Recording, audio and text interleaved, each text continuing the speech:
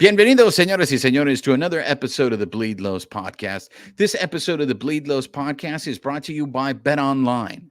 Bet Online is your number one source for all your betting needs. Get the latest odds, lines, and matchup reports for baseball, football, college football, boxing, golf, and more. Bet Online continues to be the fastest and easiest way to place your wagers, including live betting, and your favorite casino and card games are available to play right from your phone. So head to the website or use your mobile device to sign up today and get in on the action. Remember to use the promo code BELIEVE for your 50% welcome bonus on your first deposit. Bet Online, where the game starts. And joining us on that carne asada, you guys know her as one of the broadcasters for the Dodgers on Spectrum Sportsnet LA. She also, you see her on ESPN. You've been seeing her lately on it. And she is la reina of the Pacific Northwest. It is Jessica Mendoza. Jessica, ¿cómo estás, amiga? Oh, muy bien. ¿Y tú? I love it. I love it when you guys show off the Spanish on the show. Jessica, before we get into what we really want to talk to you about, I do want to address the fact the video that's going viral of you hitting that football helmet, and to me, it looks like you were a child who used to hit either rocks or bottle caps with baseball bats, because as a kid, that's what I used to see all the time. Yeah, pretty much everything, because we didn't have a lot when I was growing up. So we go out like the middle of the streets too. That's like the best. Those were like our fields because we didn't have like a lot of wide open space, and like whatever we had on hand, like is pretty much what we got to like try to annihilate. But I had so much fun this week. I was hitting pancakes. We had these like little mini tiny helmets that were like smaller than a golf ball that I didn't think I could hit. Like really, because I was in high heels and I was like, I don't know how this is gonna go. And we were on live television, and then it was really fun to hit them. Yeah, I mean, they're really making a big deal about you hitting that in high heels. I mean, how about just focusing on your swing? I mean, how long has it been? Have you stopped playing, and that swing still looks like you were just playing yesterday? Well, thank you. That makes me feel good because it's been a bit. Which is what I think added to the nervousness, because I was like, I don't know how this is going to go. And it wasn't like it was really planned. Dan Orlovsky, who's one of our football analysts, was kind of like, I was mashing helmets with a mallet. Well, Damian Woody was, and I got to participate. So we were kind of just like mashing them. And all of a sudden Dan Orlovsky's like, dude, you're like a really good hitter from what I understand. What if I just toss this to you and you hit them like all over the studio? And at that point, like Mike Greenberg and like everyone else starts like running for cover, which made it a lot more fun. And I was like, I don't know what's going to happen. And it like ricocheted off of like every part of the studio. So it was cool. Jessica, I want to get your thoughts before we segue into some other things. What happened to the Dodgers? This is where, I mean, I feel like I was having the same conversation last year about the same time. But literally now this year, it hurt that much more, because at least like San Diego Padres, and I'm not trying to knock the Diamondbacks, but it's like you look at their talent, you kind of look at like these pockets where they could just go on these runs, and it's like, okay, I get it. They're a really, really insanely talented team. And the Diamondbacks have that some talent for sure, but the way that we had dominated them, especially after June, it was just really, really frustrating to, gosh, honestly, I was doing those games too for ESPN radio, and it was hard. It was hard to stay neutral. Well, is it not true that your father was at the stadium on game two? Yes, actually, it was amazing. Billie Jean King, who's been like a huge mentor of mine, I was trying to get him tickets, and she was like, just have him come with me. You know, I sit in the owner's box with like Magic Johnson, and I was like, oh my gosh, my dad's gonna die. And my dad is like the OG of Dodger fans. Like, and I know everyone has a OG of Dodger fan in their life somewhere. That's kind of why we've all followed suit. But my dad was definitely that growing up, you know, East LA, just literally like that was his team. And then obviously when Fernando came along in the 80s, and just the tie to Mexico and his own roots, he took us all the time. And kind of all of our examples were through Dodger Nation and kind of every player that came through there. So I don't know. I really to have that be where he could be for that game. I found myself staring at him as much as I was the game. It was kind of seemed like a lot of the same thing as last year, right? Kind of those same holes, kind of with the lineup not hitting, with Mookie not hitting, with Freddie not. Do you think it's just, was it something completely different from last season and to this year, or they just kind of came in cold? I mean, I think it's always going to be different because it's a different culture, different, time. It's hard to know internally exactly what was happening. I think pressure is a real thing. I think as much as the Dodgers lineup was insanely talented, you're still going to have your stars that are going to put the whole team on their back, especially I think the way the Diamondbacks did it. I mean, they scored 9 runs to the first 2 games in the first inning. So that puts you in a feeling of we got a lot of runs to make up and we got to do it immediately. And I think for Mookie and Freddie especially, they put that on them. I mean, you want your leaders to do that. Say, I got you. This is our responsibility. But you could really start to feel that pressure, especially as the games went on. So all this talk about, Dave Roberts has got to go. There's got to be changes. I mean, Andrew Friedman just had a press conference, and he said, you got to be careful about overcorrecting. I think the Dodgers are in a really tough situation because you can't. I feel like they're almost victims of their own success in the sense that they've won the division 10 out of the last 11 years. Obviously, what they're doing is working because you got to get into the playoffs first before you can win the World Series.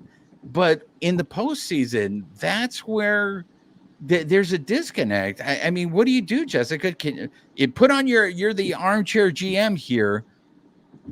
Do you make changes for the sake of making changes?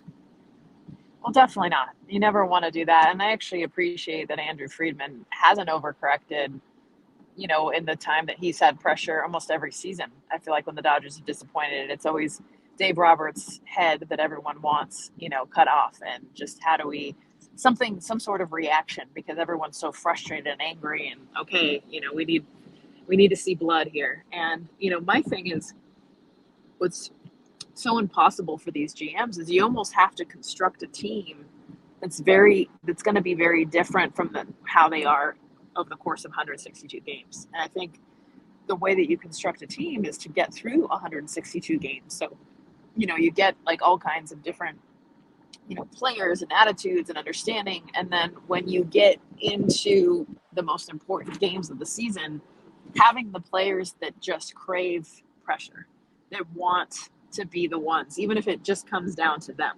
And for some reason, I look at this Dodger team and they are unbelievable over the course of the season and how much they rely on each other. And even when pressure is high during the season, they handle it so well. But something changes in October. And I think that's something you have to internally understand more about your players beyond the stats that they have. Jessica, just to change gears here, the Olympics, the ones in 2028 will actually be in Los Angeles, and it looks like baseball and softball are making a big return. There was a period that I took this for granted because baseball and softball were a part of the Olympics all the time, and then all of a sudden they were not. Look, baseball to me is an international sport. Why are we still having this debate about whether we should include it in the Olympics or not? You got to look at who's running the Olympics. So you and I can sit here and look at the WC, look at international softball, but where is it not popular? And who is running 78% of the board that makes the decisions for the International Olympic Committee? Where is the International Olympic Committee headquartered? Switzerland. It is European based. It is European when you look at the division of who the votes go to. And it's ironic too, because the US still dominates in the Olympics, and yet Europeans definitely want more of their sports. And softball and baseball flat out is not one of their sports. They play baseball and softball, but if you were to rank the top 30 sports in most of the countries in Europe, softball and baseball aren't even going to fall into that. So as long as most of the votes are coming from that part of the world, then it's not an international sport in their mind. It's got to be a European sport, and that's just ridiculous. I mean, I know it's still a ways away, but any intentions on being a part of that softball team that's Team USA? Only if they're tossing tiny footballs and pancakes. No, I'm just kidding. My husband asked me the same thing. I definitely want to be there. I was in Tokyo, the first time actually softball and baseball return to the Olympics since I played. And I was working it for NBC. I was calling the softball games. So I'm hoping for something very similar in Los Angeles. One other thing that I want to get your opinion on that's in the news lately is, so the San Francisco Giants just interviewed Alyssa Nakken to be for their managerial opening. And this is the first woman to be interviewed for that position in any organization in any organization in Major League Baseball. Kim Ng, she had Dodger connections, very successful GM, led the Marlins into the playoffs. I mean, we can't fight it anymore, right? Women now are a part of baseball, and the old heads just need to accept it, right? I mean, yes, but I think we're a small part, a very small part. Kim Ng is no longer, as you know, with the Marlins, and the fact that they even wanted to bring in someone to oversee her after what you just mentioned, one of the most successful years, to bring them back to the postseason was unbelievable. And I, even with Alyssa Nakken, love that she is getting the opportunity to interview. But it's 2023. Like, she's the first to just get an interview. Like, and I'm not trying to say that it's great that it's happened, but I think we really need to open our eyes to look at, like, what about the other 99% of opportunities that are still all men? So I get excited, but I mean, when you're probably thinking, okay, let's list the women that are involved with baseball, there's two that, you know, that you could think of that are prominent names that have gotten a lot of media attention. There's got to be more. And my goal is that the women that are in and around the game, when you get more, you're going to find quality women that are going to be there because it's justified. And so then that way, when you get men that are like, oh, man, we don't want women in it, it sounds ridiculous because they're absolutely crushing it. And not because it's there to check a box or there to make a headline, but ultimately just hire the best people, because that's what you want in any organization. So it's a big deal what Kim did, right? The fact that she walked away from a job because, in a sense, she was disrespected. Yeah. I mean, I give her a lot of credit. She had another year, another option in her contract. And I think a lot of GMs might have taken that money, taken that opportunity. Honestly, like, knowing that you got momentum, take it into next year. But she took it as, first of all, this is a job she should have had 15 years ago. It took her 15 years longer than anyone else because she was a woman. People were afraid to hire her. She did do interviews, actually a lot of interviews, and didn't get the opportunity, even though she was the most qualified and then some than anyone else stepping into that room. So when you finally get your team, get your opportunity, and then have the success that she had, and you're told, great, good job, but we're actually going to have someone be above you to do your job, but you can still stay, because the last thing we want is for people to think that we're firing you. Roger, I think you have a question for Jessica, don't you? Yeah. So, speaking of women in sports, Jessica, I know you're going to be a part of a special conference that's coming back to Dodger Stadium. It's going to be their second annual Women in Sports and Entertainment Conference. It's coming up in November. You are going to be a part of the panel that has some great women speakers, including Jenny Buss, owner and president of the Lakers, and you're on that panel as well. Just tell us a little bit about that conference and what it's all about. I just love that the Dodgers are doing it. And right, it's a perfect question to ask off of what we were just talking about. And one of the things that I love about the Dodgers is the fact that they don't want to just, okay, it's great to, have women, but they want to continue to bring in more women. And that's something that, in talking with the ownership, they're constantly asking, how can we get more women to understand that baseball is a place for them, that it is a welcoming place for them, that this sport, although the history does not say that moving forward, at least in LA, at least at Chavez Ravine, and everyone that's involved wants diversity. And that is something that I felt from day one. This event is something that absolutely showcases it, not just elevating the women on a panel that are there. But what I get excited about, you guys, is actually the girls, the dads, the women that are going to be there listening, that we are hopefully going to influence to then make better decisions moving forward. Yeah, so that's coming up on November 13th. We'll post a link to get if anybody's interested in going, definitely It's check at that Dodger out. Stadium. Yeah, it's at Dodger Stadium. It's on Monday, November the 13th. It's going to go from 9 to 1:30. So, like I said, a lot of great speakers, and definitely something to check out. I mean, I think I'm gonna end up going to that event too. So, Yeah, I better see you there. once again, just want to thank Jessica for her time. So we appreciate the time, Jessica. We look forward to seeing you. I'll see you at this event in November, and we'll continue seeing you. Yes.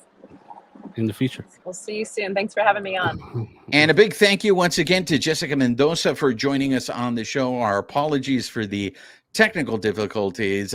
Jessica was driving from New York City to Bristol, and her reception was not very good. And for me, it seems like the gremlins are out to get me. So we appreciate your patience as we're trying to get through these technical aspects of it.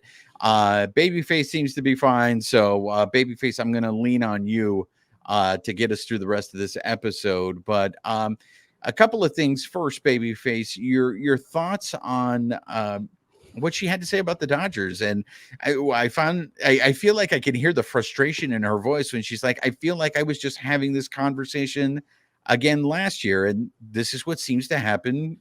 I think everybody feels that way. Yeah, I mean, I think everybody that we've spoken to recently, right? We spoke to Jay Hare, then the Friedman conference, and then now speaking to Jessica. It's like deja vu, right? We're just talking over about the same thing that literally happened last year, right? Yes, they lost, but they kind of lost in the same fashion, kind of same everything, right? Everything just kind of went away, and it kind of just feels like, I mean, we were just talking about this like last year, right? Like this exact same thing, and it kind of it's what is it, Groundhog's Day, right? Just kind of repeating and repeating over and over.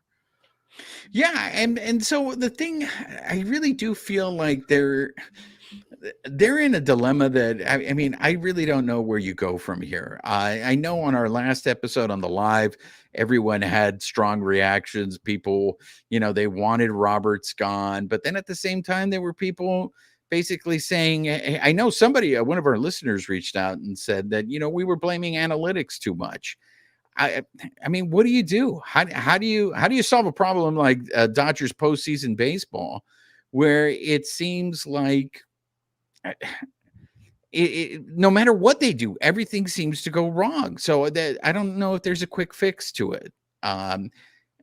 Do you? And now that it's been a couple, I think a week now, more than a week away from it, do you still feel the same way, Babyface, or does a change need to happen? I mean, it's tough too, because like I was telling you before, before we came on the air, like just with pitching, like watching. I don't know who's continually still watching the playoffs, right? Like, I mean, I'll still watch, I'll still see, and sit there and watch the games and what's going on. But for me, that's pretty insightful too, because I see what other teams are doing, and I see, like, what a lot of the stuff they do is what the Dodgers do, right? I mean, you had the game yesterday between the D-backs, right? And they took out their rookie pitcher, right? He was like at 69 pitches, and people were like, why are they taking him out? He's like doing so good. Like, why they take him out? Because he was coming to his third time around, right? So same thing they do with the Dodgers, right?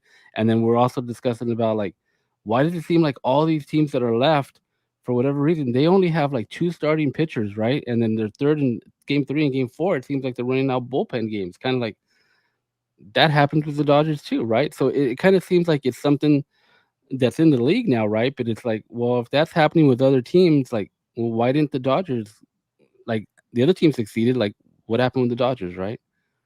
Yeah, I mean, and it could be now that just Andrew Friedman was right. It was the offense. Yeah, I mean he threw the offense under the bus in that press conference. And maybe he was right. If the offense would have pulled through, if the offense would have done what it was expected for them to do, I think they should have at least gotten through the NLDS. Now, they probably still come up short in the championship series. But you're right, because now all these other teams are kind of in the same boat where they're throwing bullpen games, and that's what we were criticizing the Dodgers for. That why are the Dodgers throwing bullpen games in the postseason? Well, it looks like a lot of the remaining teams are doing the same thing.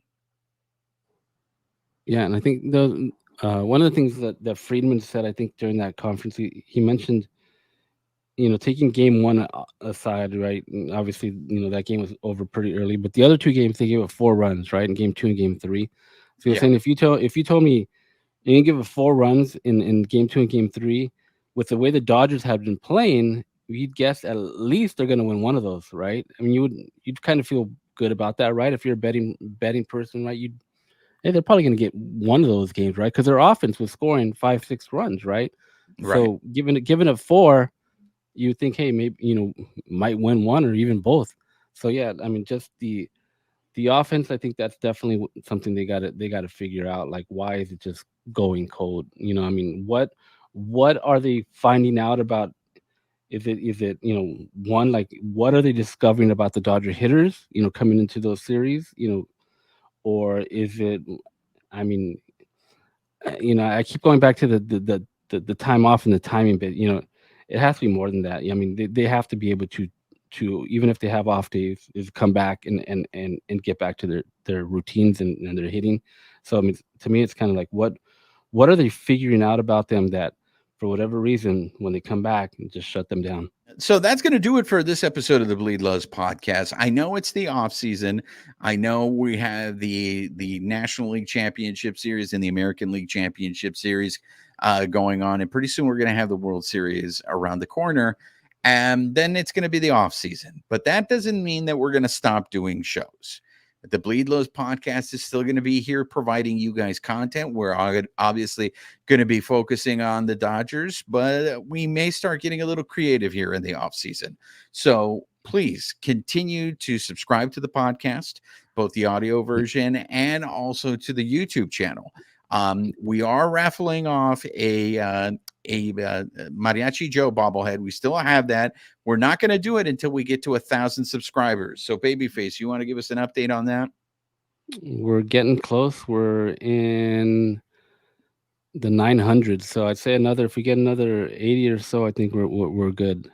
Also too, before we sign off too, we told Jessica we were going to put the link to the Women in Sports Conference that's coming up at Dodger Stadium on November 13th. So if anybody's interested, it's along the bottom of our site here. It's dodgers.com /women in sports to go ahead and get signed up for that. A lot of great speakers, like I mentioned, Jeannie Buss, Jessica Mendoza. I think I saw Kirsten Watson's name in there as well. So if you have any young women that want to get involved in sports, definitely something to check out. So there you have it. Your homework assignments are subscribe to the podcast, subscribe to our YouTube channel, and tell your friends. Get your friends to subscribe so we can raffle off this Mariachi Joe bobblehead.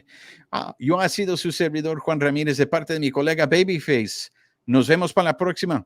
This episode of the Bleed Lows podcast has been brought to you by betonline.ag, where the game starts.